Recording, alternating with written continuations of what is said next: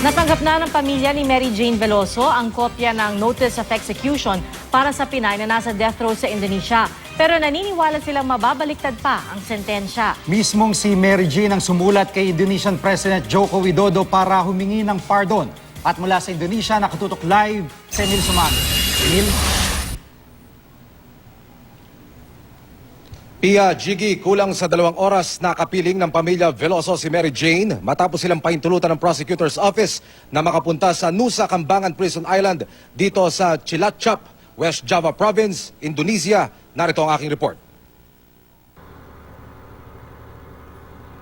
Madaling araw kanina, ilang sandali matapos pulungin ng prosecutor ng Indonesia ang pamilya ni Mary Jane Veloso.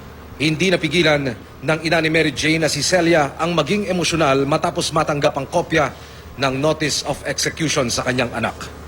Kasama sa dialogo ang mga abogado ni Mary Jane, ang kanyang spiritual advisor at mga taga-migrante at TFA. Buo pa rin ang paniniwala ng kampo ni Mary Jane na mababaliktad ang hatol ng hukuman dito sa Indonesia sa tulong ng mga bagong argumento at ebidensyang magpapatunay raw na hindi drug courier kundi biktima ng human trafficking ang Pinay OFW. The punishment that is appropriate should not be death sentence, but should be life imprisonment. Mary Jane Veloso is a victim first and foremost of human trafficking. The governments must protect a victim of human trafficking and therefore must not be punished. Sa ngayon, wala pa raw petsa ng execution kay Veloso. Bukod sa ikalawang apela ng TFA sa mga otoridad ng Indonesia para ma-review ang kaso ni Veloso, nagpaabot din ng sulat kamay na apela si Mary Jane para kay Indonesian President Joko Widodo. Nakasaad dito ang paghingi niya ng pardon para sa death penalty. Kailangan daw siya ng kanyang 2 anak. Kaninang umaga, isinulat sa kapirasong papel ng pamilya ni Mary Jane ang kanilang mga mensahe sa kanya.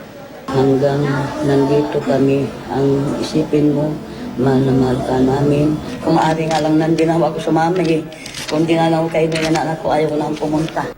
Bago magtanghali, tumulak na patungong Nusa Kambangan Prison Island ang pamilya Veloso matapos mabigyan ng permisong makadaupang palad si Mary Jane.